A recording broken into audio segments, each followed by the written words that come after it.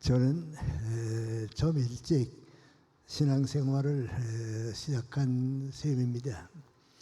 14살에 초등학교를 마치고 중학교 갈 때가 됐는데, 어렸을 때부터 너무 건강이 좋지 않아서 우리 가정에서는 내가 오래 살게 될 것이다, 그런 생각을 이제 거의 못했습니다. 우리 어머님께서도 이따금 나보고 하시는 말씀이, 난 내가 20살까지만 사는 걸 좀 봤으면 좋겠다, 그렇게 좀 건강이 나빴습니다. 14살 나른 해 정월초 하는 날 꿈에 우리 어머님이 꿈을 꾸셨는데, 내가 이렇게 앉았다가 두 손으로 무릎을 감싸고 앉아 있더니 하늘로 올라가 버리고 마는 그런 꿈을 꾸셨습니다. 후회지 하신 말씀이죠. 그래서 할머니한테, 내가 우리 집안의 장손인데 장손이가 아마 금년에는 죽을 내린가 보라고 하늘로 올라가 버리고 말았다고.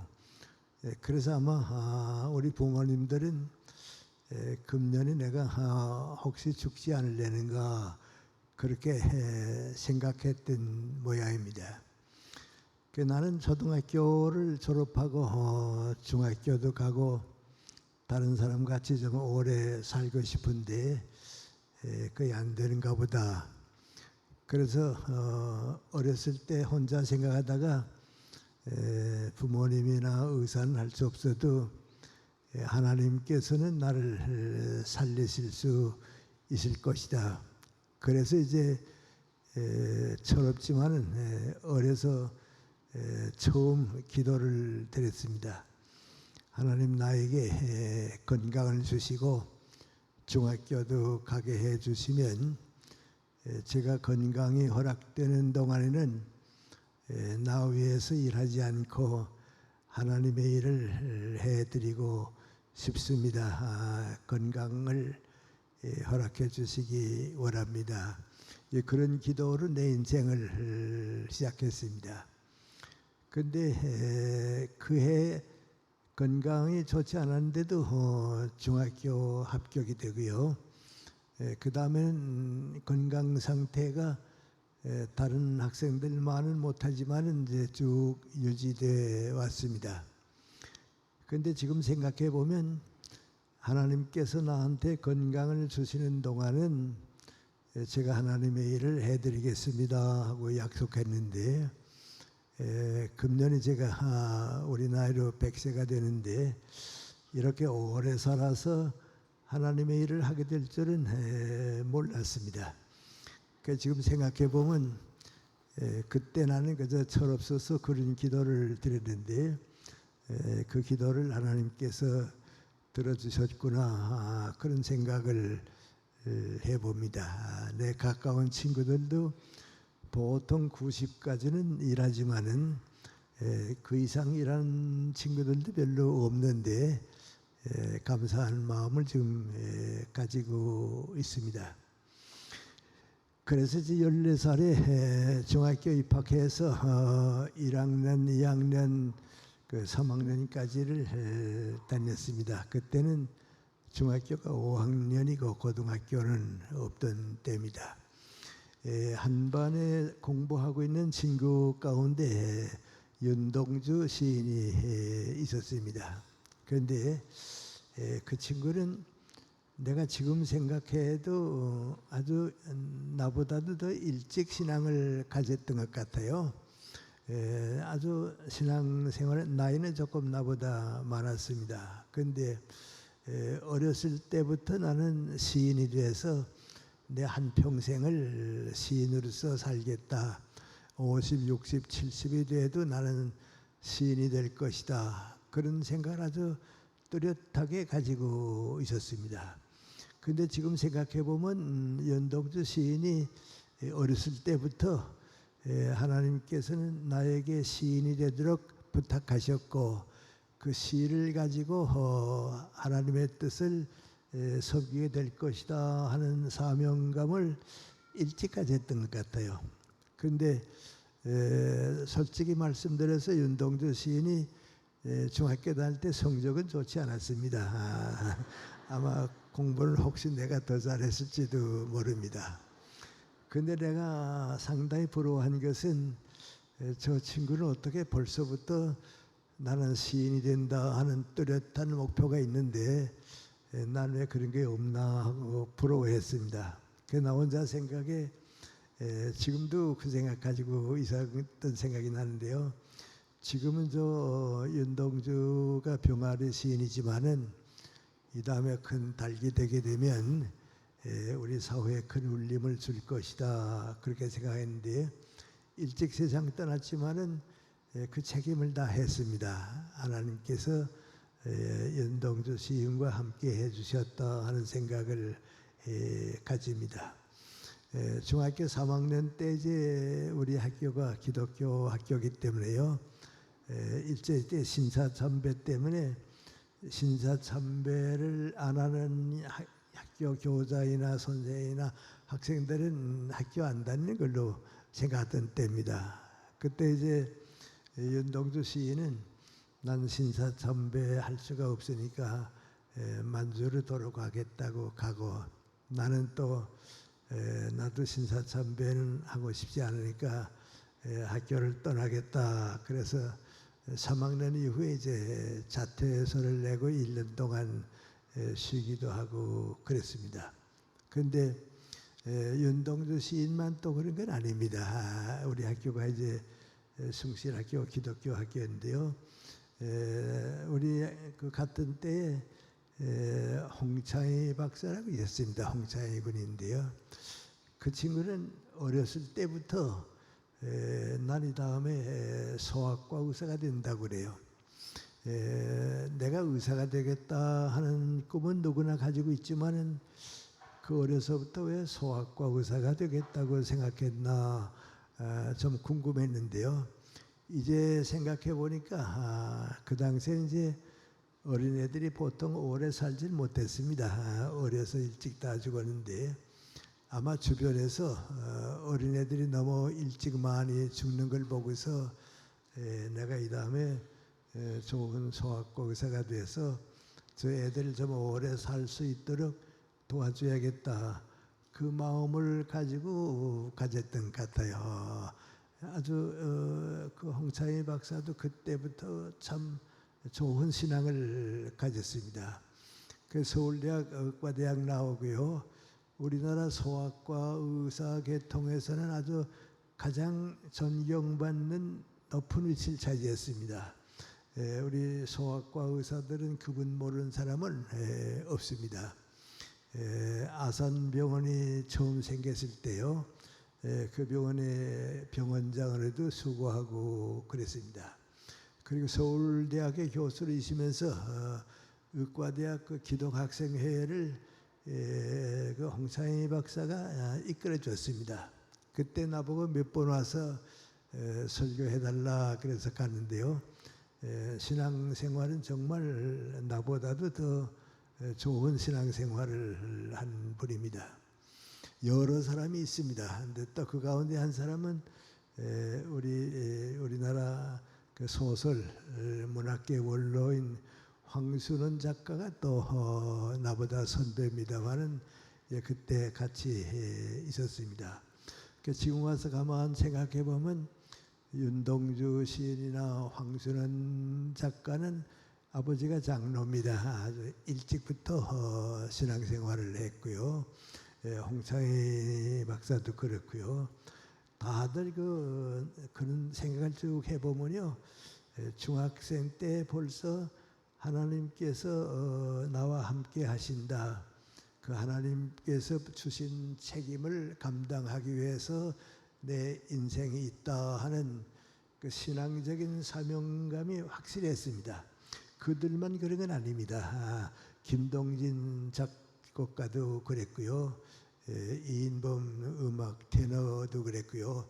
전부 그 기독 학생으로 있던 이들이 우리 사회에서 아주 큰일을 했습니다. 근데 그것은 나는 그래서 신앙생활이라고 하는 것은 언젠가 한번 그래서 교회 많이 다녔다 한다든지 교회 가정에서 자라났다 그게 중요하지 않고 하나님께서 나한테 책임을 주셨고 그 책임을 가지고 일생을 살아야겠다고 하는 그 은총의 선택 같은 거 그런 거에 있었습니다. 지금도 교회 생활을 이렇게 쭉 해보면 그래서 교회 나오는 게 중요한 건 아니고요. 교회 열심히 다니는 건 또 그것대로 좋습니다. 그렇지만은 그 가운데에서도 하나님께서 나와 더불어 함께 일을 맡겨주시고 내 일생 동안 그 목표를 향해서 간 사람들 그 이제 정말 부르심을 받은 신앙이 아닌가 그런 생각합니다. 나는 좀 늦게 중학교 4학년 때 그때 비로소 나는 다음에 철학 공부를 해가지고 철학 사상을 가지고 사회에 좀 도움을 주었으면 좋겠다. 그렇게 시작한 것이 이제 오늘까지 왔습니다. 그래서 이제 신앙생활을 쭉 나름대로 시작하게 됐는데 신앙생활을 이렇게 하고 있으면서도 어떻게 신앙을 받아들이는 것이 가장 올바른 신앙인가, 크리스찬이 된다고 하는 건 어떤 것인가, 그런 걸 이제 나한테 아주 강하게 이런 것이 신앙인이다. 크리스찬은 적어도 이렇게 살아야 한다 하는 영향을 준 사람은 두 사람이 있습니다. 그 한 사람은 도산 안창호 선생입니다. 우리 여러분은 옛날 사람으로 자꾸 생각하지만은 나는 17살 났을 때 그분이 세상에 태어나서 마지막 남겨준 것이 정치가연이 아니고 교회 설교입니다. 우리 교회 와서 마지막 설교를 하시고 얼마 후에 이제 다시 감옥에 들어가서 세상을 떠나는데요. 그 17살 났을 때 도산 안창호 선생이 태어나서 일반 가연하고 설교를 했었는데 그때 그 설교를 듣고서 신앙인이라고 저렇게 사는 거구나. 저거의 기독교 신앙이로구나. 아주 강하게 깨달았습니다.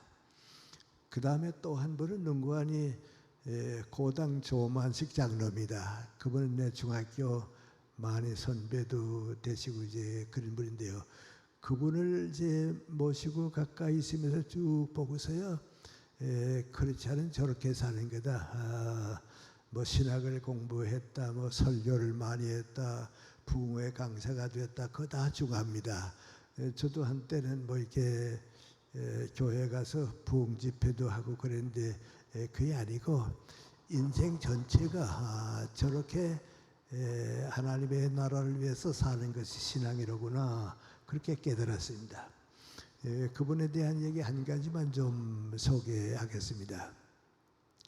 해방이 되고 북한에서 이제 김일성의 정권은 잡았습니다. 그런데 우리 서북 지방은 교회가 많고 크리스찬이 더욱 많기 때문에 김일성의 정권은 잡았지만은 뭐라고 얘기하고 그래도 누구도 따라가는 사람은 없었습니다. 다 안 따라갔습니다. 근데 고당 조만식 장로님이 뭐라고 얘기하게 되면 다 따라갑니다. 그러니까 김일성의 그 조만식 장로를 제거했으면 좋겠는데 또 온 국민이 존중하니까 그렇게 할 수는 없습니다.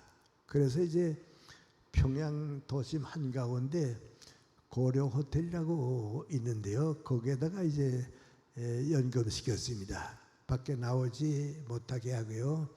면회를 일체 허락하지 않고요. 아주 고립시켜서 활동을 못하게 했습니다. 그때 이제 사모님만 한 달에 2번쯤 1시간씩 면회가 허락됐습니다. 그 사모님이 이제 서울에 오셨을 때에 여러 번 만났을 때 나한테 그 마지막 만남에 대한 뭐 말씀을 해주셨는데요. 거기 이제 갇혀 계시고요. 사모님이 한 달에 한 두 번쯤 가서 면회를 가는데 한 번 면회를 갔더니 선생님께서 하시는 말씀이 요 다음 면회가 마지막 면회가 되고 아마 다시는 면회 시간을 못 가질 것 같은데 여러 가지 각오하고 마음을 다짐하고 한 번만 더 면회를 오라고. 무슨 말씀을 그렇게 하십니까? 그랬더니 세상이 자꾸 변하는데 언제나 오늘 같은 때가 계속되는 게 아니라고 우리가 먼저 각오를 해야 한다고. 그 마지막 면회를 갔습니다. 갔더니 그날은 선생님께 아주 근엄한 자세로 하시는 말씀이 나는 여기서 내 인생이 끝날 거라고. 끝나겠지만은 사랑하는 아들들이 자유가 없는 이 땅에 남겨둘 수가 없으니까 빨리 데리고 서울로 가라고. 많은 어려움이 있겠지만은 그저 나 대신 좀 고생 많이 해주었으면 좋겠다고.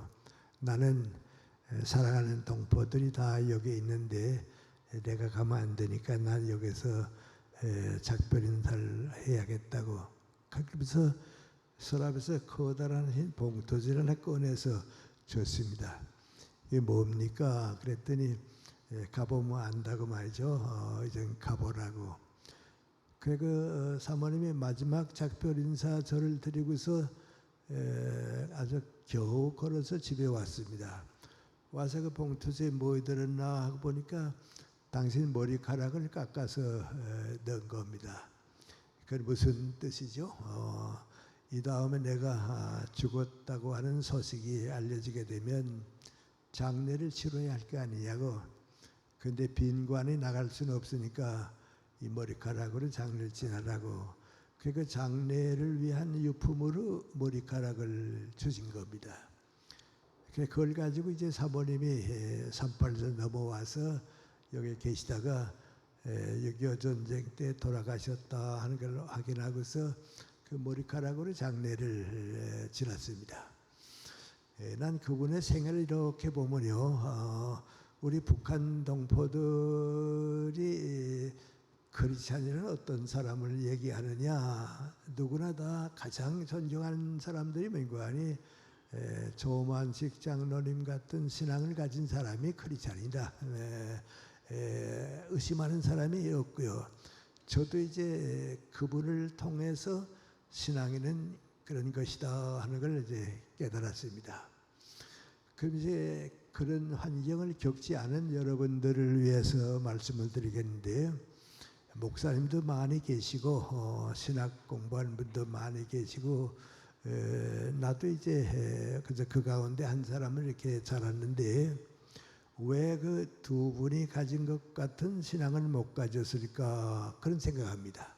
그런데 그 두 분하고 우리 교회 자란 나 자신하고 이게 자꾸 비교해 보니까요. 우리 교회에서는 교리가 신앙인 줄 압니다. 교리가 신앙인 줄 아니까 교리가 바뀌면 신앙도 바뀌고요. 교리가 달라지게 되면 교파도 바뀌고요. 심지어는 교리가 달라지게 되면 통일교 같은 것도 나오고요. 또 무슨 구원파 침례교 같은 것도 나오고요. 요새 또 무슨 뭐 신천지 그런 것도 나오고 그걸 우리가 신앙으로 생각합니다.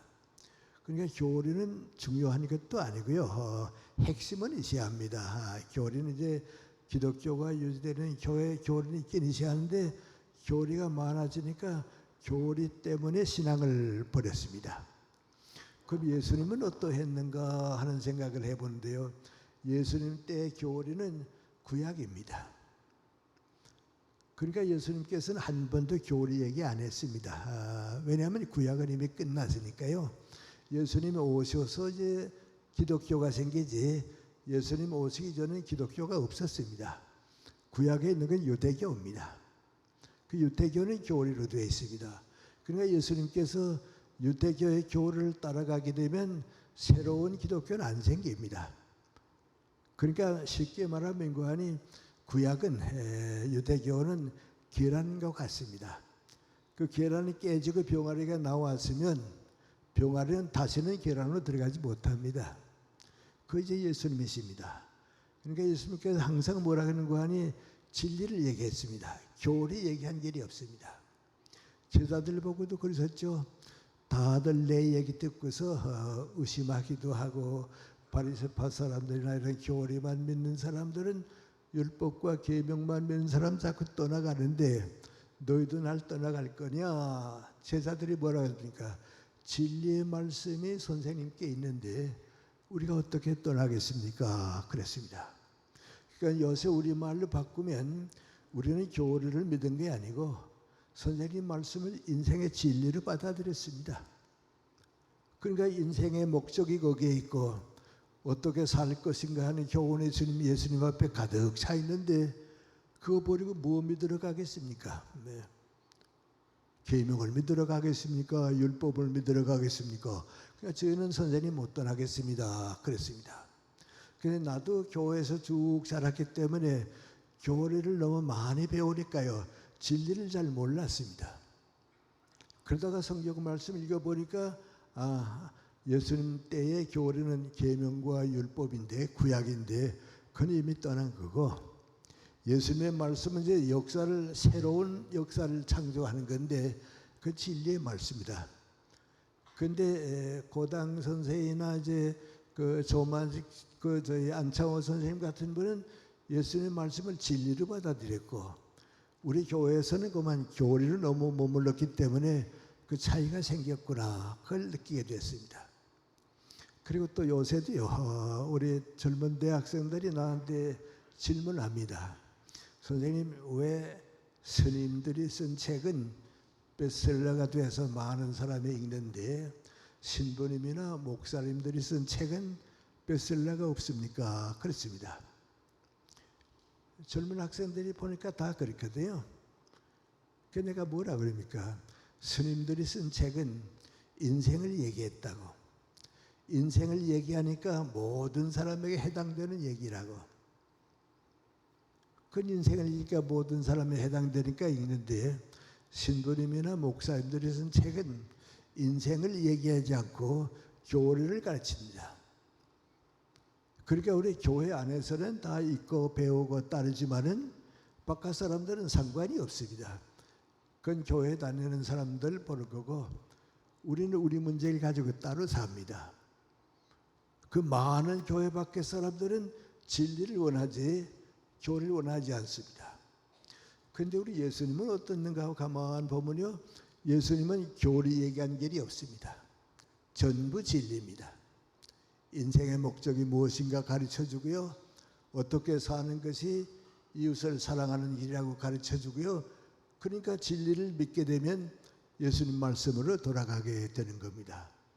그래서 저도 신앙생활을 쭉 하는 동안에 우리가 교회를 통해서 너무 교리에 빠지지 말고 진리로 가야겠다 그런 생각을 많이 합니다. 또 우리 젊은 사람들이 그런 문제 가지고 정말 많이 고민합니다. 제가 연세대학교 가서 얼마 안 됐을 때입니다. 감리교회 장석영 목사님이 우리 연대 학생들한테 와서 설교하시면서 인간의 자유는 하나님도 어떻게 못한다고 가려두다가 예수를 팔았는데 예수님도 팔려갔지. 그건 인간의 자유는 어떻게 못한다고 그런 설교입니다.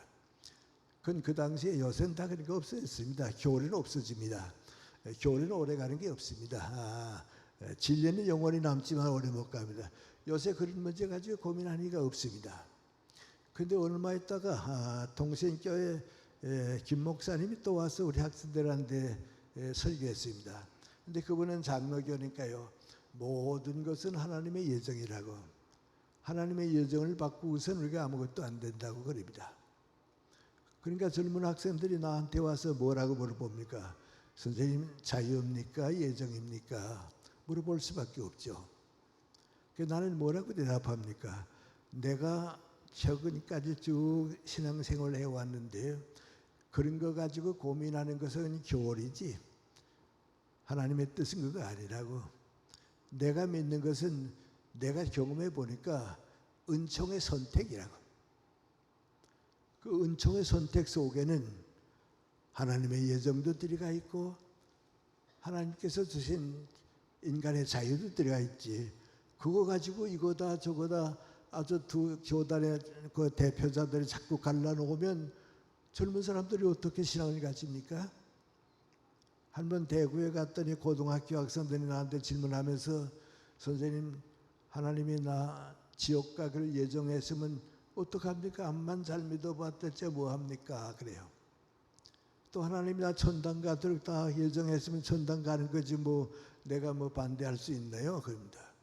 그 내가 너 어떻게 그런 생각하냐 그랬더니 옆에 있던 학생이 뭘 하는지 아십니까?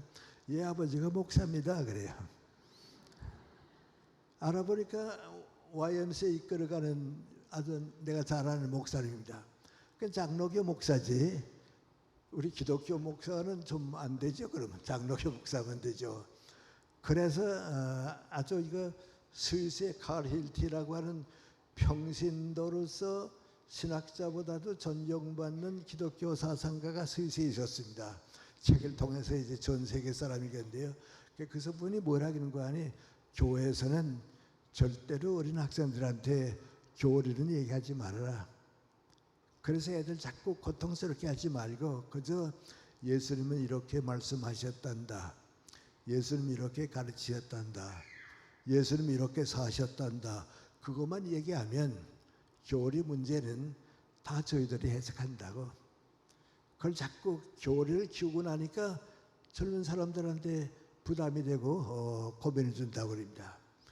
그 내가 이제 좀 되게 넓게 신앙생활을 하면서 우리 교회에서는 교리를 가르치지만은 예수님은 교리보다도 인생의 진리를 가르쳐 주셨구나. 그걸 깨달았습니다. 그 다음에 또 하나 이제 그 두 분 때문에 내가 배운 게 있습니다. 그 민구아님, 우리 모든 사람이 인생의 그릇이 있습니다. 내 인생을 살아가는 그릇이 있는데 그 그릇이 큰 사람은 신앙을 가지면 크게 받아들이고요. 그릇이 작은 사람은 신앙을 받아들일 때 작게 받아들일 수밖에 없습니다. 또 그릇에 다른 물건이 가득 차 있으면 신앙이 들어갈 수가 없습니다. 그래서 저는 이제 평양에서 살다가 바로 며칠 전에 이제 안동 지방도 가보고 그랬는데요. 6.25의 그릇을 가지고 산 사람은 크리스찬이 되기가 어렵습니다. 왜냐하면 그 마음의 그릇에 6.25가 가득 차 있거든요. 불교를 믿는 사람은 또 불교의 교훈이 가득 차 있기 때문에 신앙이 못 들어갑니다. 이슬람교를 믿는 중동 지방 사람은 다 찾아다녀봐도 기독교 신앙은 없습니다. 왜냐하면 이미 다른 걸로 가득 차 있습니다. 그래서 신앙이라고 하는 게 민구안이 어떤 마음의 그릇을 가지고 있는가 하는 게 문제입니다. 근데 나도 이제 교회에서 쭉 자랐기 때문에 몰랐는데 도산 선생이나 조만식 장로님을 쭉 배우면서 저분들은 신앙의 그릇이 국가와 민족을 위해서 사니까 민족과 국가만큼 그릇이 컸습니다. 근데 나는 교회에서 자라는 동안에 그건 모르고 교회만 열심히 다니고 교회만 선교인 줄 알았더니 그릇이 교회만큼 작았습니다. 그러니까 저런 분들은 나라를 사랑했기 때문에 그릇이 컸고 우리는 교회만 섬기면 된다고 생각했기 때문에 그릇이 작았구나 말이죠. 그럼 예수님은 어떠했는가? 다시 성경 읽어봤습니다. 근데 이상하게도요. 예수님은 많은 교훈을 주셨지만은 교회에 대한 얘기는 안 하셨습니다. 나도 성경 모르고 있다가 다시 한번 읽어보고서 깜짝 놀랐습니다. 우리는 그저 전부 신앙이 교회와 더불어 있는 줄 알았는데 예수님은 교회 걱정은 하나도 안 했습니다. 또 교회에 대한 말씀도 없습니다. 그 대신 뭘로 가득 차 있죠? 우리가 교회라고 하는 말을 쓰는 것만큼 하나님의 나라입니다. 그러니까 고다이나 이제 도산 선생 같은 분은 민족과 국가를 위해서 기독교를 받아들였으니까 하나님의 나라를 위해서 받아들이고 우리는 거기까지 가지 못하니까 교회를 위해서 받아들였으니까 우리 신앙보다는 하나님의 나라에 더 그분들입니다. 그래서 저도 생각을 좀 많이 바꿨습니다. 이걸 우리가 몰랐구나 말이죠. 교회는 하나님의 나라를 위한 책임을 지지 못하고 교회가 교회 책임만 지면 되는구나 하고 생각했습니다. 그 이제 천주교도 오랫동안 그러다가 지난 세기에 그걸 바꿨습니다. 천주교가 1500년 후에 바꾼 게 뭔지 아십니까? 교회가 사회를 위해 있는 것이지 사회가 교회를 위해 있는 것이 아니라고 하는 걸 바꿨습니다.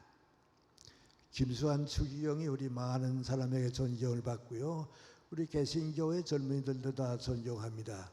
나하고는 또 대학 같이 다니고 그랬습니다. 그분이 추기경이 되면서 한 첫째 얘기가 뭔지 아십니까? 지금까지는 사회가 교회를 위해 있는 줄 알았는데 이건 아니라고. 교회가 사회를 위해 있다고.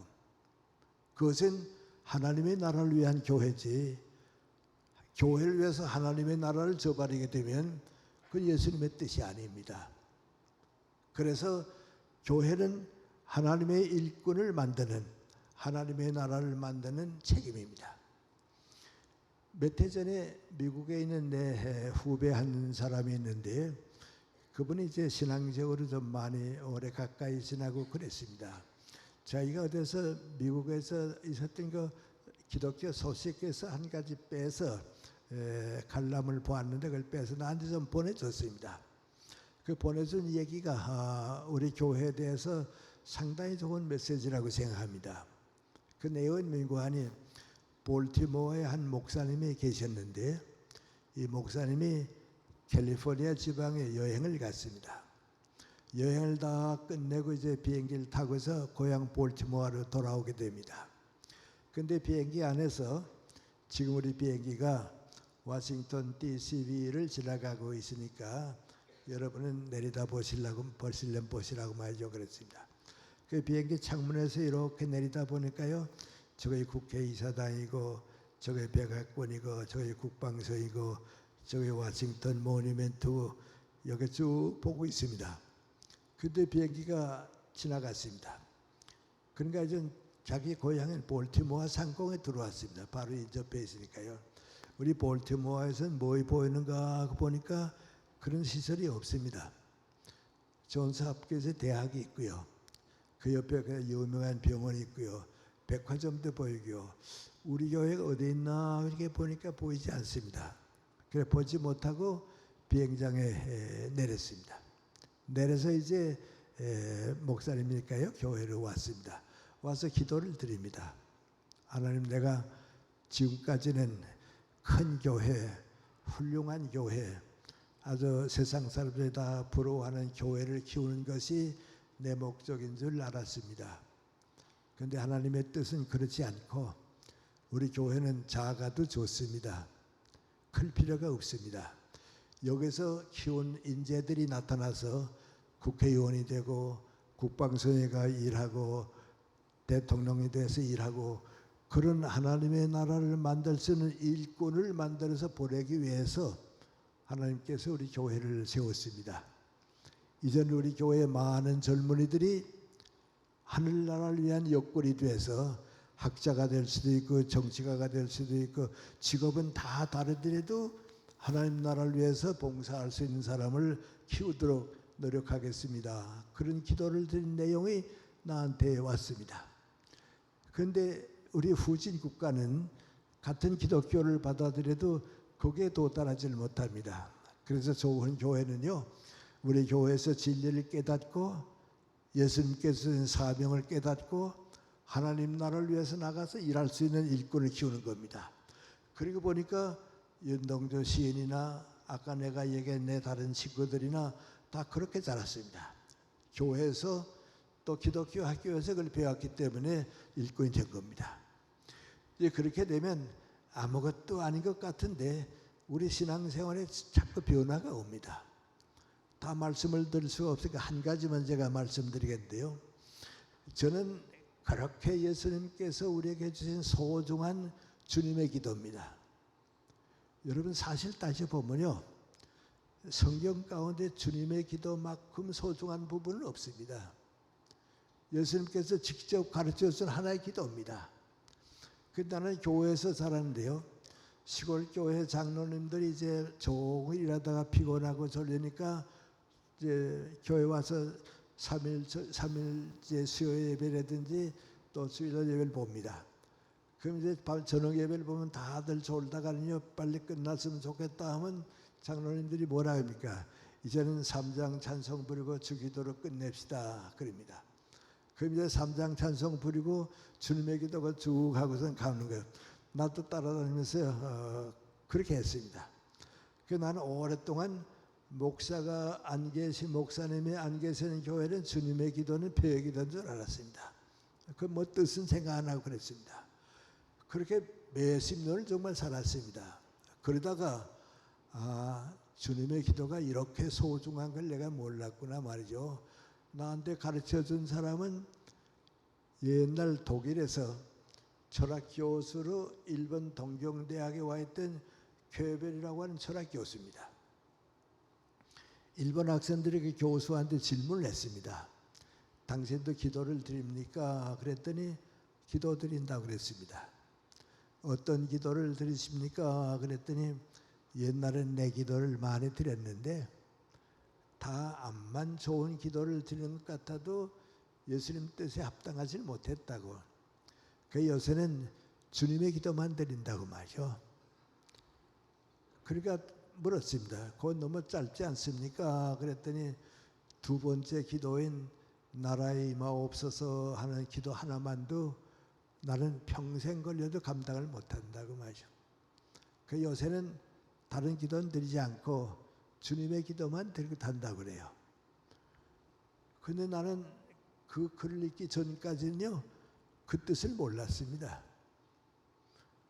그 다음부터 주님의 기도가 얼마나 소중하다고 하는 것을 나이 들수록 깨닫습니다. 그러니까 지금 저는 아침 저녁 보통 우리 크리스찬들이 기도드리는데요, 아침 저녁에 내 기도보다도 주님의 기도를 더 먼저 드립니다. 그보다 더 좋은 기도를 드릴 수가 없습니다. 그러다가 또 한 번 깨달았는데요, 6.25 전쟁 때입니다. 6.25 전쟁 때 메카도 장군이 서울까지 와서 서울을 이제 탈환했습니다. 탈환하고서 이승만 대통령에게 이제 정권을 인계하면서 말이죠, 성명서를 발표했습니다. 난 그때 부산 피라든가 있었는데요, 그 성명서가 좀 깁니다. 근데 그 성명서 쭉 보다 그 메카도 장군이 마지막 가서 뭐라 그러는 거 아니? 존경하는 이승만 대통령과 사랑하는 대한민국의 여러 국민들과 더불어 우리가 하나님 앞에 드릴 수 있는 마지막 겸손한 기도로 내 메시지를 끝내겠다고. 그 메시지 마지막에 그 장군이 주님의 기도로 끝냈습니다. 그럼 우리가 지금 주님의 기도를 어떻게 생각하고 있습니까? 뭐가 다 좀 잘못 생각하고 있죠. 좀 이게 잘못 생각하고 있습니다. 그 어떤 때는 난 그런 생각을 합니다. 이 다음에 내가 임종이 돼서 세상을 떠나게 됐을 때 만약에 조용한 시간이 허락된다고 하면 무엇을 할 수 있을까? 주님께서 가르쳐 주신 기도를 드리고서 내 인생을 끝내면 좋지 않을까? 그런 생각합니다. 그 기도 안에 모든 것이 다 들어가 있습니다. 근데 그걸 모르고 사는 게 이제 우리였습니다. 교회 인습 때문에 그렇습니다. 사람이 꽃 같은 걸 항상 반복하게 되면요, 그 의미가 없어집니다. 정신적인 것은요, 주기도를 깨달아도 높이 깨닫고 더 높이 깨닫는 습관이 없으면 그렇게 됩니다. 그래서 내가 중학교 입학을 하고 신앙생활을 하는 동안에 이런 과정을 쭉 겪어서 오늘까지 왔는데, 여러분께서도 이런 문제들을 한번 깨닫게 되면요, 모든 인생의 목적도 달라지고 사명도 달라지고 변화가 오게 되어 있습니다. 그럼 이제 처음 얘기로 돌아가서요, 예수님의 말씀이 우리의 인생관이 되고 가치관이 돼서 진리가 되는데, 예수님의 말씀을 이렇게 진리로 받아들이게 되면 어떤 변화가 오는가? 세상 사람들하고 똑같이 삽니다. 우리 특별한 사람 아닙니다. 세상 사람하고 똑같이 삽니다. 그래도 똑같이 살면서 같은 일을 하는 것 같아도 그 내용은 다릅니다. 예수님의 말씀을 진리로 받아들인 사람하고 그 모르고 산 사람하고는 살고 보면 인생의 방향이 다릅니다. 또 사는 방법이 다릅니다. 이제 그걸 체험하고 깨닫게 되면 그 내가 신앙적인 열매를 맺게 됩니다. 그래서 그걸 깨닫는 거 하는 것이 중요합니다. 자연히 이제 그저 나 자신이 생각해 보는데요. 그럼 나는 어떤 것을 깨달았는가 그런 생각을 해봅니다. 예를 들어 말하면 성경 말씀에 무엇을 먹을까, 무엇을 마실까, 입을까 그런 건 너희들은 걱정하지 말아라. 그건 신앙이 없는 세상 사람들이 생각하는 거고 신앙을 가진 너희들은 그건 걱정하지 말아라. 그것은 다른 것이 다 채워지게 되면 자연히 주어지는 것이다. 세상 사람들 같이 그것이 먹고 마시는 거에 소유가 목적이어서 그것이 인생의 전부라고 생각하면 넌 그렇게는 살지 말아라. 돈도 필요하고 무슨 뭐 명예도 필요할지 모르고 정치도 다 필요할지 모르지만은 그것이 인생의 목적은 아니다. 다시 말하면 소유가 목적은 아니다. 그걸 목적으로 살면 너 인생은 우리 불가에서도 그랬죠. 빈손으로 왔다가 빈손으로 간다고. 그러니까 소유가 인생의 목적은 아니다. 중요한 것은 너희들의 인격이다. 목숨이 더 중요하지 인격이다. 그럼 그 인격은 무엇을 위해 있는가? 하나님의 의와 나라를 위해서 먼저 살아라. 그러니까 하나님의 의와 나라를 위해서 먼저 살게 되면 내 인격이 완전해지고 그걸 채워지게 되면 무엇을 먹을까 무엇을 입을까 하는 것은 그건 자연히 오는 건데 그걸 인생의 목적이나 전부라고 생각하지 말아라 그겁니다. 근데 우리가 교회는 열심히 다니고요. 그래서 신앙생활을 한다고 생각하면서도 소유가 인생의 목적이라고 전부라고 생각하는 사람들이 많이 있습니다. 그건 불가에서 더 잘 가르쳤습니다. 그런 사람은 뭐 그렇지 않다고 생각하든지 뭐라고 생각하는 사람들은 빈손으로 왔다 빈손으로 간다고 그건 맞습니다. 그런데 예수님 맹구하니 그거보다도 더 소중한 인격, 더 소중한 하나님의 나라를 구하게 되면 그건 자연히 주어지는 건데 그 인생의 목적은 아니다 그렇습니다. 미안합니다. 이제 아까 얘기를 돌아가세요. 제가 이제 직업의 문제죠. 그러니까 그런 건 이제 우리가 다 일하게 됐으니까 직업의 문제인데요. 30대 중반쯤 돼서 제가 이제 연세대학교 가면서 교수로서 생활을 시작했습니다. 가서 이렇게 교수 생활을 해보니까요. 지금은 안 그렇죠. 그땐 좀 그랬습니다. 우리 많은 교수님들이 내가 대학을 위해서 학문을 위해서 무엇으로 대학에 입학할 수 있을까 그 목적으로 왔는데에도 불구하고 그건 떠나갑니다. 오히려 그것보다는요. 대학에서 내가 무엇을 얻을 수 있을까 무엇을 대학에 도와줬나 더 받아들이려고 많이 해요. 나도 월급도 올라가고요. 보너스 나오면 좋죠. 뭐 좋은 건 좋으니까 좋죠. 그런데 또 생각해 보면요. 내 사랑하는 제자들이 등록금을 내지 못해서 고생하는 거 알면서 난 봉급이 올라갔으니까 좋다. 그렇게만 생각하면 그건 교수로서는 잘못 생각이죠. 내 제자들이 고통하는 걸 보면서도 나는 행복했으면 좋겠다. 그런 교육자는 없죠. 그런데 그거 다 그렇게 됩니다. 그렇게 대학으로부터 내가 무엇을 받아들일까 생각하는 교수들은요. 65세가 돼서 정년퇴직을 하게 되면요. 대학에 다 잊어버려요. 대학하고 상관이 없어지고요. 자기 인생도 그걸로 끝나고 말아요. 그런데 좀 어렵더라도 학문을 위해서 대학을 섬기고요. 교수가 됐으니까 대학을 위해서 많은 정성을 바친 사람들은 대학의 주인이 돼요. 학장도 되고 뭐 총장도 되고 주인이 돼요. 또 이 다음에도 연세대학교 어느 학과의 어느 교수 대학과 더불어 남아요. 처음 사람은 대학이 잊어버린데 이 사람도 이제 대학과 더불어 사회에 남지 않아요. 연세대학교 총장 지난 분 뭐 그래요. 또 나 같은 사람 보고도 연세대학교 명예교수 이제 그래요. 대학과 더불어 남아요.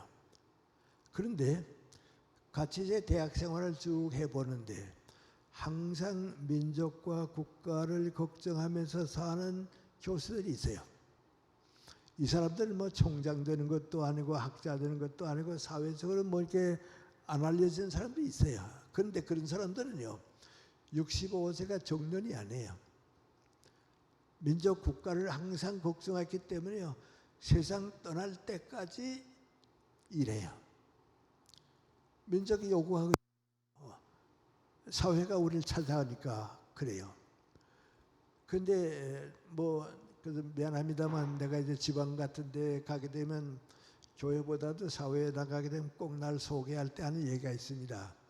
안병옥 교수, 김태길 교수와 더불어 철학계 삼총사로 쭉 활동해 완 분인데 다른 두 분을 먼저 세상 떠나고 김 교수님 혼자 남아서 대신 대표로 우리 고자에 오서 가야 나왔었다고 그럽니다. 다 그렇습니다. 뭐 책을 봐도 조금 있으면 이제 책이 하나 나오는데요. 거기에도 이제 그렇습니다. 우리 세 사람이 쭉 항상 이랬는데요. 그 안병옥 교수, 김태길 교수가 뭐한 보면요, 60될 때까지는 전부 학문을 위한 걱정이에요. 60 넘은 다음엔 그 아주 언제나 민족과 국가 걱정이에요. 그 걱정했어요. 그래서 이제 우리 동갑이기도 하고요, 50년 동안 친구이기도 하고요, 같은 분야에서 쭉 일했는데요, 사회가 전부 뭐라는 거 아니 철학계 삼총사라고 그래요. 근데 내 친구들 보면 이제 여러 번 사람 가운데 내 두 친구가 바로 민족과 국가를 항상 걱정하던 사람이에요. 그러니까 세상 떠날 때까지 일해요. 김태길 선생은 이제 89세에 돌아가셨는데요, 세상 떠나기 뭐 한 8개월 전까지도 꾸준히 일했어요. 세상 떠나면서는요, 당신이 가지고 있던 재산 좀 물려받은 걸 문화사업을 해서 다 남겨주고 가세요. 안병옥 선생님 마지막 텔레비전에 나오는 게 92세 때 병중에 있었을 때인데요, 방송국에 가진 못하고 방송국에 와서 이제 녹화한 거에 나오는데 나도 우연히 보니까 그 나이에도 그저 병중에 있으면서도 나라 걱정해요. 우리 지도자들이 좀 정직했으면 좋겠다고 말이죠. 국민들이 정부를 믿지 못하게 되면 누굴 믿고 살겠냐고 말이죠. 그 신뢰를 잃어버리는 지도자가 안 됐으면 좋겠다고 나라 걱정해요. 그 전부 내 마음이 어디까지 가 있는가 그걸 되는 거예요. 그러니까 우리가 항상 내 직업을 가질 때 이제 그렇게 시작하는 거예요. 그럼 이제 아까로 돌아가서 다시 이제 개인적인 얘기로 가겠는데요. 나 개인 문제가 그렇습니다. 무엇을 먹을까 무엇을 마실까 하는 문제로 돌아가겠는데요. 연세대학교 처음 내가 갔는데요, 그때는 이제 대학의 교수가 되게 되면 기초생활은 해결되는 때입니다. 그런데 기초생활은 이제 먹고 사는 건 좀 문제가 없고요, 그 다음에 이제 자녀들 교육에는 지장이 없는 생활은 되는 때입니다. 근데 나는 좀 그렇게 되질 못했습니다. 대학 교수로 갈 때 가기 이전보다도 더 경제적으로 좀 어려워졌습니다. 38선을 넘어올 때에 완전히 빈손으로 왔습니다. 와서 이제 중고등학교 교사 교감을 쓰면서 조금 자리를 닦았는데요, 6.25 전쟁 때도 다 무너져 버리고 말았습니다. 그리고 또 하나는 그래도 고등학교에 교감으로 있을 때는 사택이 있어서 가족이 살았는데요, 연세대학교로 가게 되니까 그 집을 내줘야겠으니까 머물 집도 없었습니다. 아주 어려웠습니다. 그게 또 어려운 게 하나 있는데요, 걸민관이 그 당시에는 이제 가족 교육을 많이 했습니다. 인구 정책을 날아가 쓰던 때인데요, 우리 나이 많은 분들은 다 기억하십니다만은 그 인구 정책에 제일 나오는 얘기가 민관이 아들, 딸 가리지 말고 둘 만나서 잘 키우자 그랬습니다. 인구가 늘면 나라가 가난해지거든요. 그러니까 이제 중국은 하나밖에 못 낳게 했어요. 10억이나 되니까 그 경제가 안 되거든요. 그러니까 하나만 낳으라 그랬는데, 그래도 아들, 딸 가리지 말고 둘 만나서 잘 키우자고 그랬을 때입니다. 그때 나는 애들을 6을 키웠습니다. 지금 같으면 좀 표창받을 만한데요. 표창을 안 해주네요. 여섯을 키웠는데요. 6.25 전쟁이 끝나고 나니까 북한에서 내 동생 셋이 왔는데 다 고등학교 대학 갈 나이입니다. 어머님도 오셨습니다. 나 혼자 봉급 받아가지고서 부양가족을 10명 이상 키워야 하니까요. 얼마나 고생했으리라 하는 건 말은 내가 안 했지만은 다 짐작하실 거예요. 그 월급 받아서 또 이제 겨우 살아가고 월급 받아 겨우 살아가고 그렇게 고생을 했습니다. 그때 우리 어머님이 나한테 하신 말씀이 있는데요. 우리 어머니 뭐 교육 받으신 분이 아닙니다. 옛날 할머니입니다. 내가 애들 많이 데리고 고생하니까 하시는 말씀이 뭔지 아세요? 걱정하지 말아라. 사람은 정직하게 살고 열심히 일하게 되면 다 자기 먹을 건 타고난 법이란다 그래요. 난 지금 생각해 보면요, 우리 어머님의 경제학이 어떤 때는 우리 경제학자들보다 나은 것 같아요. 우리 어머님 말씀 속에 뭐 깔리는지 아세요? 세상에 살아가는 동안에 공짜를 좋아하는 사람들은 성공한 사람 하나도 없더라. 다 내 노력으로 사는 사람이 성공하지, 공짜라고 해서 좋아하게 되면 일을 사랑하지 않으면 그건 안 된다고 말이에요. 그 뜻이 깔려 있습니다. 저도 그렇게 열심히 일했습니다. 그때 이제 수입을 올리는 건, 부수입은 다른 대학에 강사로 가는 겁니다. 몇 대학에 열심히 강사를 나가는데요. 얼마 고생하고 나니까 한 대학에서 요청이 왔습니다. 김제 연세대학교에 계시면서요, 여러 대학에 시간 강사로 가는데 우리 대학에만 좀 와서 도와주세요. 그리고 9시간을 맡아주면 전임대우를 해드릴 테니까 우리 대학에 오라고 말이죠. 그래서 연세대학교와 그 대학 두 대학을 갔습니다. 그러니까 전임대우니까 수입이 많아졌습니다. 그래 안정됐습니다. 그 어려운 시간을 견딘 동안에 내가 배운 거 민구하니 일해야 된다 말이죠. 열심히 일하자. 그런데 그때는 왜 일하느냐? 돈 때문에 일했습니다. 수입이 있어야 사니까요. 그러나 지금 가난한 사람들이 열심히 일하는 것은 칭찬해 줘야 합니다. 남의 도움을 받거나 공짜로 사는 사람들이 잘못된 사람들이지, 내 생활은 내 노력으로 해결한다고 하는 가난한 사람들은 존경받아야 합니다. 장관이 되고 국회의원이 돼서 안 먹어도 될 돈 먹고 감옥에 가는 사람보다는 가난해도 좋습니다. 내 생활은 내가 책임질 줄 아는 그 인간입니다. 그 예수님의 뜻도 그겁니다. 그래서 열심히 일했는데요. 한 번 좀 내가 생각할 문제가 생겼습니다. 월요일인가 화요일인가 잘 기억이 안 나는데요. 대구에서 내 제자가 나를 찾아왔습니다. 어느 고등학교 교감으로 있는 제자입니다. 찾아와서 나보고 부탁이 뭔가 하니, 이 토요일 저는 오후에 대구의 중고등학교 선생님들이 한 600~700명이 모이는데 거기에 연수회에 내가 기념 강연을 하는 것이 좋겠다 하고서 교장회에서 결정을 받습니다. 그래서 좀 꼭 와주시면 좋겠다, 그 청탁으로 온 겁니다. 근데 내가 그렇게 소중한 일에 청탁을 받았으니까 가야겠는데요. 내가 같은 시간에 삼성그룹에 강연을 가도록 약속이 돼 있었습니다. 삼성그룹에 가면 강사료가 많습니다. 대구에 가면 강사료는 그 절반도 채 안 됩니다. 삼성그룹에 가게 되면 배차해 주니까 편안합니다. 여긴 하루 종일 고생을 해야 합니다. 그럼 어느 편을 가야 하느냐? 한쪽에서는 돈이 필요하니까 삼성그룹을 가라, 그 생각이에요.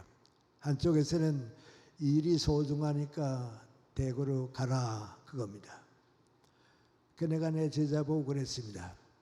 아무래도 내가 삼성그룹에 선약이 있으니까 그 약속을 어길 수가 없으니까 좀 더 좋은 강사님 한번 소개해 주면 어떨까 그랬습니다. 그랬더니 그건 제 책임은 아니고요. 저야 빈손으로 돌아가야죠. 은사라고 믿고 왔다가 빈손으로 돌아가야죠 하는 얘기하는 거 보니까 그만 내 마음이 좀 무거워졌습니다. 일은 대구 가야 합니다. 수입은 이쪽이 많습니다. 갈 수 없어서 삼성그룹에 전화를 걸고 미안하지만 내가 이런 상황이 됐는데 대구로 가야겠다 하는 책임은 느껴도 선약 때문에 내가 갈 수가 없는데 좀 양해해 줄 수 있겠느냐 했더니 한참 다 어른해보던 양해가 됐습니다. 그 대구에 가서 이제 토요일에 하루 종일 맡은 일 다 끝내고 교통시간 옛날 시간 많이 걸리죠. 그래 저녁에 서울역에 내렸습니다. 내려서 버스를 타고 집에 오면서 가만 생각해 보니까요. 내가 오늘 대구 가기를 잘했다. 한평생 살아도 그렇게 소중한 책임을 맡은 때가 없었습니다. 일이 중요해서 갔다 왔는데 앞으로는 지금까지는 가난하게 살았으니까 이 돈이 목적이지만 이제는 돈보다는 무슨 일이 더 가치 있느냐, 무슨 일이 더 보람이 있느냐, 이 일을 위해서 일을 찾아야겠다 생각을 바꿨습니다. 그리고 얼마 동안 그렇게 살다 보니까요, 이젠 방향이 달라진 셈입니다. 근데 그렇게 한 10년쯤 사니까요, 나도 모르는 변화가 하나 생겼습니다. 결명관이 돈 때문에 일한 것은요, 돈과 더불어 끝나요. 여러분들 다 경험해 보세요. 그 돈 벌기 위해서 하는 일은 돈만 벌면 끝나는데요. 무슨 일이 더 소중한가 하고 일에서 일을 찾아가니까요. 일을 만들어서 일을 많이 하게 돼요. 그러니까 일에 대가가 있으니까 수입도 그쪽이 많아요. 돈을 위해서 일했을 때는 항상 억지로 일해서 행복하지를 못했어요. 돈 때문에 일하니까 목적이 돈이니까요. 소유의 노예가 되는 것 같은데요. 일을 하여서 일하니까 즐거워요. 행복해요. 그러니까 일을 사랑하니까 행복해지죠. 돈을 사랑할 때는 돈의 노예가 됐죠. 수입도 더 많아졌죠. 그러니까 생활도 안정되고요. 내 인생도 귀해지고요. 여러 사람들이 일을 많이 하니까 고맙게 생각해 주고요. 제2의 인생보다는 제2의 인생으로 올라왔습니다. 무엇을 먹을까 마실까 하던 것보다는 일을 찾기 시작하니까요. 더 한 단계 올라왔습니다. 그렇게 또 한 20년 살았습니다. 그러니까 이젠 나이도 들고요. 세상도 좀 많이 알게 됐습니다. 그런데 또 한 가지 변화가 왔습니다. 그게 무슨 변화냐면요. 100사람이 100가지 일을 하게 되면 난 일의 목적이 다 100가지가 있는 줄 알았어요. 이 사람이 하는 일, 내가 하는 일, 또 이 사람이 하는 일 다 다르니까 일의 목적이 100가지가 있는 줄 알았는데 아니에요. 100사람이 100가지 일을 하는 것 같아도요. 일의 목적은 꼭 같아요. 하나밖에 없어요. 그걸 깨달게 되면 하나님의 나라와 의가 뭐라는 걸 알게 돼요. 그걸 깨닫지 못하게 되면요. 하나님의 나라와 의가 뭔지 잘 몰라요. 왜 꼭 같은 목적입니까? 내가 가서 그 일을 함으로써 그 사람들이 좀 더 인간답게 행복하게 살기 위해서 일하는 거예요. 정치가는 국민들이 행복하기 위해서 일하는 거예요. 기업가는요. 기업을 통해서 가난한 사람들이 절대빈곤에서 벗어날 수 있도록 도와주기 위해 일하는 거예요. 교육자는 제자들 키워서 행복한 사회를 만들기 위해서 하는 거예요. 전부 하는 일이 다 같은 목적이에요. 우리가 대단치 않다고 생각했던 일도 그래요. 예를 들어 말하면 내가 교통부 장관 때문에 행복해지는 길은 별로 없어요. 택시 운전기사하고 친절하게 얘기하고 가면 즐거워져요. 그렇게 되면 우리가 즐거워지는 건 교통부 장관이 즐거워지게 하는 게 아니고 택시 운전기사하고 내가 행복해지는 거 아니에요. 그러니까 가난한 사람은 가난한 일을 가지고서 다른 사람을 도와주는 거고요. 부자는 부자 가지고 도와주는 거고요. 모든 사람이 하는 일은 꼭 같은 일이에요. 그럼 예수님께서 우리에게 가르쳐 주는 게 뭡니까? 그게 하나님의 나라 건설하는 거예요. 다른 데 있는 거 아니에요. 더 많은 사람이 인간답게 행복하게 살 수 있도록 도와주는 건 누구나 하게 되는 거예요. 내가 이제 그 얘기하다 보니까 택시 얘기가 나왔는데요. 난 지금 대중교통을 많이 이용합니다. 아는 길은 다 버스 타고 가고요. 조금 잘 모르는 길은 이제 택시 타고 그럽니다. 버스 타게 되면 나는 뭐 그저 꼭 탈 때마다 그럽니다. 기사 보고서 고맙습니다. 수고하십니다 하고 인사합니다. 또 택시 타게 되면요. 탈 때 낼 때 꼭 인사합니다. 그리고 마지막에 낼 때는 좋은 하루 되시라고 말이죠. 즐겁게 내립니다. 왜 그럽니까? 그 사람들이 대부분 생각하기에는 나도 교육 많이 받고 돈이 있으면 버스 운전 안 한다. 택시 같은 건 안 한다. 다른 직업 가진다. 그 직업을 좀 낮춰보거든요. 그럼 그 사람이 그 직업을 가지고 있는 평생 불행하게 돼요. 그러니까 우리가 알려줘야 하는 게 뭡니까? 당신 하는 일이 다 소중하다고. 왜? 우리에게 행복을 주니까 말이죠. 교통부 장관은 우리에게 고통을 주더라도 당신은 우리에게 행복을 주고 있다고. 다른 사람이야 뭐라고 얘기하는지 모르지만은 택시기사하고 나하고 즐거운 얘기하고 있다면요. 그게 우리의 즐거움이 되는데 걱정하지 말라고요. 세상에 천한 직업은 하나도 없다고. 다른 사람에게 행복을 주느냐 못 주느냐인데 장관이 돼서도요. 다른 사람에게 불행을 주면 그건 나쁜 일이에요. 그건 좋은 일이 아니에요. 가난하게 살아도요. 다른 사람을 기쁘게 해주면 그거에 하나님의 나라가 이루어지는 거예요. 그러니까 우리가 사는 게 얼마나 보람 있습니까? 예. 아까 얘기를 돌아가서요. 그렇게 사니까요. 저는 경제도 안정되고요. 생활의 여유도 좀 생기게 됐습니다. 근데 요새는 전 어떻게 됩니까? 내 생활의 여유도 생기고 뭐 그러니까요. 이제는 그 일은 내가 가서 도와줘야겠다 하면 내 돈을 쓰더라도 갑니다. 그분들이 저렇게 가난하게 있는데 내가 가서 도와주면 얼마나 도움이 될까 하면 내가 비용을 내들여 가서 해줍니다. 왜요? 거의 그분들의 행복을 위하는 거거든요. 그렇게 사는 게 하늘나라죠. 나는 항상 그래서 누구 보고 얘기하면요. 가르치는 거, 뭐 정신적인 교훈을 나누어주는 거, 그걸로는 사회 봉사하지만은 내가 경제적으로 남에게 봉사하는 건 못했어요. 가난한 사람들이 얼마나 그 경제적인 도움을 원하느냐 그건 못한 줄 알았거든요. 근데 제가 요새 좀 그 여러 가지 뭐 여기저기서 상을 좀 받으니까 상금이 좀 들어왔어요. 그 내가 한 4, 5년 동안 벌어야 할 상금이 공짜로 들어온 겁니다. 은행에다 넣고서 가만 생각해 보니까요. 이게 내가 번 돈이면 내가 써도 괜찮아요. 내가 가져도 괜찮은데요. 이건 사회가 나한테 맡긴 돈이에요. 그러니까 그걸 내가 가질 수는 없거든요.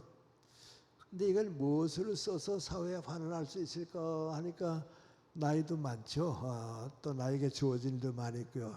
안 되겠다 말이죠. 그래 사랑하는 제자들에게 좀 부탁했습니다. 내가 이 상금을 받았는데 내가 사회를 위해서 어떻게 쓰면 도움이 될지 잘 모르겠다고 당신네들이 내 대신 맡아서 좀 이렇게 수고해 줄 수 없느냐고 맺겠습니다. 그러고 나니까 나는 아주 행복한 게 뭡니까? 나는 경제적으로 누구 도움 주는 걸 못할 줄 알았는데 하나님께서 나한테 그 축복도 주셨구나 말이죠. 예. 그래 좀 이렇게 베푸는 것부터 주셨구나 막 참 감사하고 고맙다 그런 생각합니다. 그 세 가지 단계를 쭉 겪고 나니까요. 예수님 말씀이 그래서 그대로예요. 하나님의 뜻대로 더 많은 사람이 행복하게 도우려고 하는 하늘나라를 위해서 사니까요. 먹고 사는 건 자연이 돼요. 이건 그렇게 돼요. 그것도 우리 개인 생활만 그런 게 아니고요. 사회생활도 그래요. 사회생활도 전부 그래요. 현대그룹을 창설한 분이 정주영 회장님이죠. 그분이 살아계실 때 이제 하던 얘기가 기억이 나요. 나보고 그래요. 김생 나는 뭐 이런 거 생각해 본 건 아니고요. 그저 사업을 하다 보니까 느끼는데 쭉 사업하느라고 여러 나라 다녀보면요. 불교를 믿는 나라가 다 가난해요. 유교를 믿는 나라가 다 잘 살아요. 근데 기독교 나라들이 더 잘 살아요. 그 종교하고 경제 가치하고도 관계가 있는 것 같다고 그래요. 난 그 얘기를 듣고서요, 그건 뭐 그럴 거라고 생각했어요. 불교는 정신적 가치만을 많이 요구하는 동안에요, 경제적 가치를 생각을 안 해요. 아마 우리나라에도요, 불교를 열심히 믿는 사람들 가운데 사업에 성공한 사람은 없을 것 같아요. 잘 나타나지 않아요. 그러니까 경제는 가난해질 수밖에 없죠. 유교를 믿는 사회는 더불어 살게 돼요. 함께 살게 돼요. 그러니까 경제가 올라갈 수 있죠. 근데 그럼 기독교 사회가 왜 더 잘 사느냐? 기독교 가치관은요, 열심히 일하고 남보다 부지런히 노력해서 경제적 가치를 쌓아라. 그건 내가 소유하는 게 아니고 많은 사람들에게 주기 위해서 일해라 말이죠. 정치가가 정치로 도움을 주고, 학자가 학문으로 도움을 주고, 예술가가 예술에서 도움을 주듯이 경제인은 경제를 통해서 도움을 주라 말이죠. 그러니까 잘 살 수밖에 없잖아요. 복 받을 수밖에 없죠. 그게 하나님의 나라가 이루어진 거예요, 경제는. 우리는 뭐 하나님의 나라니까 뭐 이상한 생각 자꾸 하는데요. 그건 인간 한계와 어긋나는 건 이건 하늘나라가 아니에요. 우리가 할 수 있는 책임이에요. 그러니까 기독교 사회가 부활할 수밖에 없죠. 내가 옛날입니다. 62년 봄학기에 하버드 대학에 한 학기 있었는데요. 거기 이제 세계적으로 유명한 신학자인 라이널드 리버라고 하는 목사님이 계셨어요. 하버드 대학에서 이제 그 유능한 대학생들을 위해서 그분을 모셔서 이제 특강을 하곤 해요. 한 번 내가 가 있는데 그분 하는 얘기예요. 미국이 지금 세계에서 제일 잘 사는 나라가 옛날입니다. 62년이니까요. 옛날입니다. 제일 잘 사는 나라가 됐는데요. 이게 우리 선조들이, 우리 선배들이 남겨놓은 돈이니까 그 부를 가지고 여러분이 이제 우리 거리가 즐겁게 행복하게 살자 하면 아메리카는 꿈이 없다고, 그걸로 끝난다고. 그 선조들이 여러분한테 남겨준 그 부를 세계 가난한 나라에 다 나누어 주라고. 그러면 가난한 나라들이 잘 살게 되면 우리는 자연히 잘 산다. 그래서 세계를 이끌어가게 된다고 말이야. 그게 기독교 정신이죠. 그게 하나님 나라가 이루어지는 하나의 길이죠. 그러니까 우리가 예수님의 말씀을 너무 쉽게 받아들이지, 그걸 가지고 생각하게 되면요, 어느 정치가보다도 어느 사업가보다도 어떤 교육자보다도 예수님의 말씀이 하나님의 나라 건설에 도움이 되는 겁니다. 받아들여야 합니다. 그것이 우리의 뜻입니다. 시간이 많이 가니까 마지막 한 가지만 좀 보충을 드리겠는데요. 그럼 이제 그렇게 사는 길이 세상 사람들 가운데 지혜로운 사람들은 다 그걸 자기도 모르는 동안에 따라가고 있고요. 우리가 그 앞장을 서는 게 이제 크리스찬들인데요. 우리가 그걸 좀 때때로 놓치는 때가 있어요. 그래서 한 가지 말씀으로 결론을 말씀드릴까요? 아까 내 친구들 만났던 우리 두 친구 얘기를 했는데요. 50년 동안 이제 같이 지나니까 정말 나는 세상에 태어나서 그 두 친구와 같이 50년 함께 산 것이 큰 행복입니다. 또 하나님께서 나에게 주신 그 큰 축복 가운데 하나고 이제 그런데요. 우리 셋이 한 번 나이 좀 많아서 모여서 했던 얘기가 있어요. 80이 넘도록 이렇게 쭉 살아왔는데 계란에 노른자가 있어서 병아리도 까나오고 이제 계란 구슬을 하듯이 인생에도 가장 행복하고 좋은 나이가 있었을 텐데 그게 몇 살쯤이었을까, 그런 얘기가 나왔습니다. 그 처음에는 50부터 아니었을까 그러다가요, 선진국가는 거의 가능한데 우리는 50이면 아직도 좀 성장이 못했다고, 인간적인 그 성숙도가 낮으니까 우리 사회는 아마 60쯤 되면 괜찮을 거라고. 60 되면 인생이 철드는 나이가 되고 말이죠. 내가 나를 믿을 수 있으니까 남도 날 믿어주는 나이가 되고요. 지도자의 자격도 갖추고요. 또 다른 사람의 존경도 받고요. 그 60은 돼야 된다고. 공자님도 그랬죠. 60. 그럼 60부터 몇 살까지가 제일 행복했는가? 60에서 성장하는 동안은 행복하다고. 사람은 항상 행복은 성장하는 동안이 오는 겁니다. 신앙은 인간을 성장하게 만드는 겁니다. 그렇지 않은 세상 사람들보다도 성장해야 합니다. 모든 점에서 앞서야 합니다. 그 성장의 책임이 이제 신앙이니까 그렇습니다. 그래서 60에서 75세까지가 성장하니까 제일 좋은 나이라고. 그 다음에 65세까지 성장한 걸 가지고 얼마나 이렇게 연장해 가느냐. 75세, 85세, 90까지는 연장할 수 있단 말이죠. 90 넘으면 건강관계도 있고 어렵지만은 그래서 인생의 제일 행복한 나이는 60에서 75세까지 성장하는 나이고 그걸 그대로 연장해 가는 나이. 이게 가장 행복한 나이다. 그렇게 생각을 하고 보니까요. 지금 우리들이 다 60만 되면 저는 회갑돼서 늙었다 하고 인생을 끝내는 게 아니고 60부터 시작을 해야 합니다. 그래서 90까지 사회에 봉사할 수 있어야 합니다. 큰 나무가 자라게 되면 60쯤부터 그 이후에 열매 맺는 기간이거든요. 열매를 맺어서 사회에 주는 건 60부터 90까지거든요. 그 나이가 더 중하다 그런 생각입니다. 한별로 연세대학교 내 선배인 정석회 교수님 모시고 좀 가고 있었어요. 차를 타고서 쭉 갔는데 그때 그 어른이 이제 92세인가 3세인가 그랬거든요. 심심하시니까 가다가 나보고 그래요. 가만히 앉아 김생 연세가 어떻게 됐더라 그래요.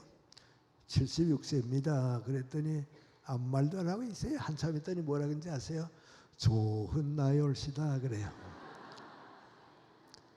90이 넘어 보니까요. 76세가 그렇게 좋은 나이가 돼요. 예. 그 나도 그때요. 90 넘어서 내가 인생을 잘못 살지 않았나 하고 후회 안 해야겠단 말이죠. 나는 그렇게 생각해요. 나는 60에서부터 80까지가 제일 행복했고요. 그걸 지금 100살까지 연장해 오고 있으니까요. 난 정말 복받은 사람이다 그런 생각해요. 그 인생이 없었으면 내 인생에 열매가 없죠. 그 있었으니까 인생에 열매가 있는 거죠. 그럼 그렇게 하려고 하게 되면 어떻게 하면 됩니까? 예수님께서는 하나님의 나라를 위해서 노력해라 그겁니다. 우리 사회적으로 말하면 뭐라고 말합니까? 대한민국을 사랑해서 민족과 국가를 위해서 노력해라. 그러면 그것이 우리 신앙인들은 하나님의 나라를 위한 노력과 하나가 되는 겁니다. 아까 내 새 친구 얘기를 했네요. 한 번은 안병욱 선생님이 나한테 전화를 걸었어요. 전화를 걸어서 다른 사람들은 다 우리가 50년 동안 친구가 되고 함께 일하니까 항상 만나서 즐거운 시간을 가지는 걸로 생각하는데 이제 가만 보니까 너무 바쁘게만 일하느라고 1년 내내 가도 두세 번도 만나보지를 못했다고. 더 늦기 전에 1년에 많으면 4번, 두세 번쯤이라도 좀 우리끼리 만나서 차도 마시고 점심도 같이 먹고 좀 더 늦기 전에 우정을 좀 가지고 즐거운 시간 가져보면 어떨까 그래요. 그 내가 나도 마찬가지라고 내 김대리한테 전화 내가 걸게요. 그 김대리한테 전화 걸었어요. 우리 더 나이 들기 전에 1년에 몇 번만이라도 만나서 좀 이렇게 즐거운 시간도 가지고 그럽시다 그랬어요. 난 그러자고 그럴 줄 알았어요. 전화를 받고서 아무 말도 안 하고 가만히 있더니 하는 말이 뭔지 아세요? 얘기하려고 하면 좀 일찍 얘기하지. 10년 전에쯤 얘기하지. 이제 우리 다 갈 나이가 됐어. 이젠 다 우리 갈 준비를 해야 하는데 갈 준비하기도 바빠져서 좀 일이 많이 남아있는데 그래도 이렇게 열심히 일하다가 하나 둘씩 순서가 되는 대로 가자. 내가 인생을 살아보니까 제일 힘든 때가 언제고 하니 사랑하는 사람을 먼저 보내고 남는 사람이 힘들어. 우리 셋이 있다지 하나 둘 다가 누가 마지막 남을래? 그 마지막 남는 사람한테 얼마나 미안해. 가는 사람은 모르지만 남는 사람 생각도 해봐서 난 반대야 그래요. 그 얘기 들어보니까 또 거의 맞대요. 만나려면 일찍 만나지 이제 뭐 80 중반이 돼가지고 만나는 그만두자 그 얘기죠. 그 안 만나기로 했어요. 김대일 아마 먼저 가시려고 그랬는가 봐요. 이제 89세에 가셨어요. 얼마 있다 안병선이 나한테 또 전화를 걸었어요. 김태일 씨 먼저 가시고 우리 둘이 남았는데 뭐 만나진 않아도 괜찮은데 그저 우리 둘이 하지 못했던 얘기 좀 나눠보고 그래 전화 걸어서 그래요. 뭐 특별히 할 얘기 있어요? 다 아는데 무슨 얘기 하려고 그러세요? 그랬어요. 그랬더니 나 요새 이런 생각 저런 생각 좀 많이 해보는데 암만 해도 김세희 혼자 남을 것 같아. 그래서 그래요. 꼭 우리 어머님이 세상 떠나시게 나한테 유언하는 분이게요. 저 안세희 나한테 유언 친구로서 유언하고 싶어서 그러구나 말이죠. 그 무슨 말씀 그렇게 하세요? 건강이 좋지 않으세요? 그랬더니 아니 그건 아니고 그저 한번 얘기하고 싶었다고. 뭐 얘기 내용이야 뭐 다 아는 거죠. 혼자 남게 해서 미안해 그 얘기죠. 혼자 남더라도 너무 힘들어하진 마세요. 더 중요한 얘기는 뭔고 하니 우리가 남겨놓고 가는 일 좀 다 마무리해 주세요. 김생은 우리보다 정신력이 강하니까 다마 그렇게 해줄 거야 부탁하고 싶어서 그 얘기죠. 그래 그 얘기를 나누고 나니까요. 저 안생도 또 먼저 가실려는가 보다 그랬어요. 안생이 병중에 계실 때예요. 내가 충청북도 영동에 강연을 갔어요. 강연을 다 끝내고서 옆에 제 휴게소에 좁은 방이죠. 좋은데 앉아서 이렇게 피곤을 풀려고 눈 감고 이렇게 쉬고 있는데요. 누가 노크래요. 들어오세요. 그랬더니 지방유지겠죠. 나이 좀 많은 분이 들어오더니 선생님 피곤하실 텐데요. 제가 한 5분만 인사드리고 가겠습니다. 그래요. 앉으시라고 말죠. 그 첫 마디가 뭔고 하니 안병옥 선생님 건강은 어떠신가요? 그래요. 지금 병중에 계셔서 밖에 잘 나오시지 못한다고 워낙 고령이시니까 그러시겠죠. 그래도 오늘 선생님에게 건강하게 우리 고장에 오셔서 가연해 주시고 좋은 말씀 들었습니다. 그리고 집으로 돌아가려고 가다가 생각을 해보니까 내가 오늘 가서 선생님한테 고맙던 인사를 못 드리게 되면 다시는 기회가 없을 것 같다. 그래서 고맙던 인사드리고 싶어서 왔습니다. 감사드리고 싶어서 왔습니다. 그래요. 그러더니 아주 정중하게 하신 얘기가 뭔고 하니 우리들이 60년대, 70년대에 살 때는요. 사는 게 정말 힘들었습니다. 경제적으로 가난한 것보다도요. 정신적으로 방황하고 무엇을 위해서 어떻게 살아야 하는 걸 도무지 몰랐습니다. 그때 두 분 선생님이 계셔서 책도 써주시고 방송도 해주시고 강연도 해주시고 두 분 말씀을 가지고 우리가 쭉 살아왔습니다. 그래서 저는요. 하나님께서 우리가 너무 불쌍하니까 두 분 선생님 우리에게 보내주셨구나 그렇게 믿고 살았습니다. 그래서 너무 고마워서요. 인사드리고 싶어서 왔습니다. 선생님 정말 수고해 주셨고요. 감사드립니다.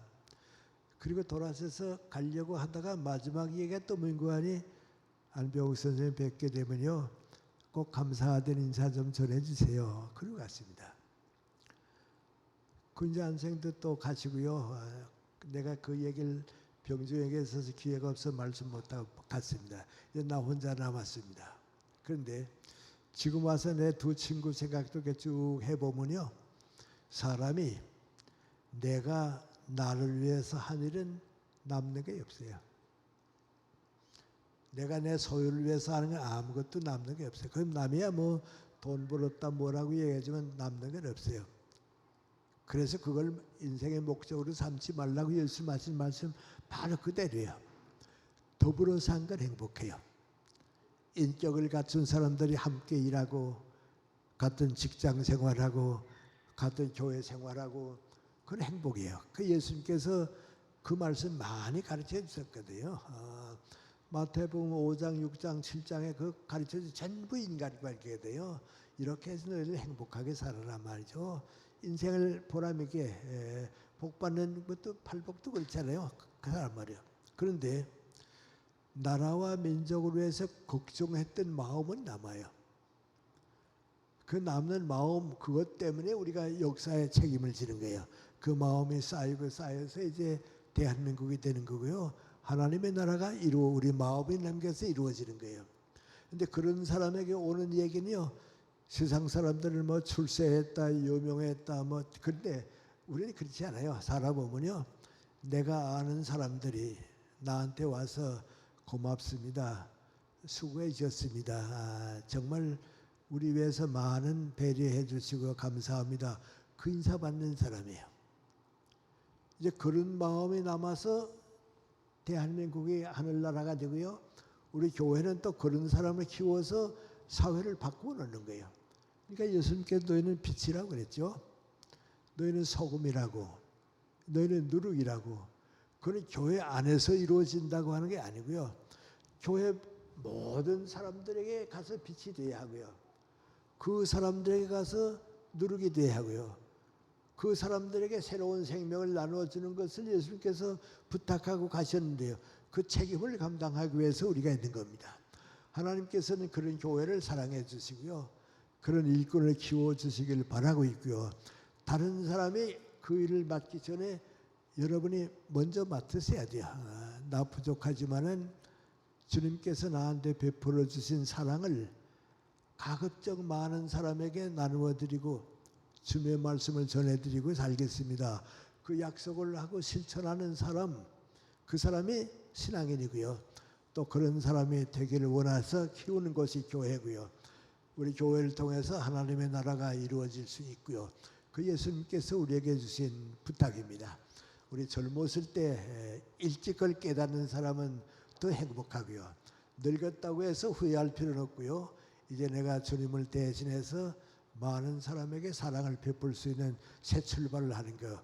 그걸 여러분이 신앙인으로서 항상 새롭게 태어나고 새 출발하는 길이다 하는 생각을 함께 가져주셨으면 좋겠습니다. 고맙습니다. 예.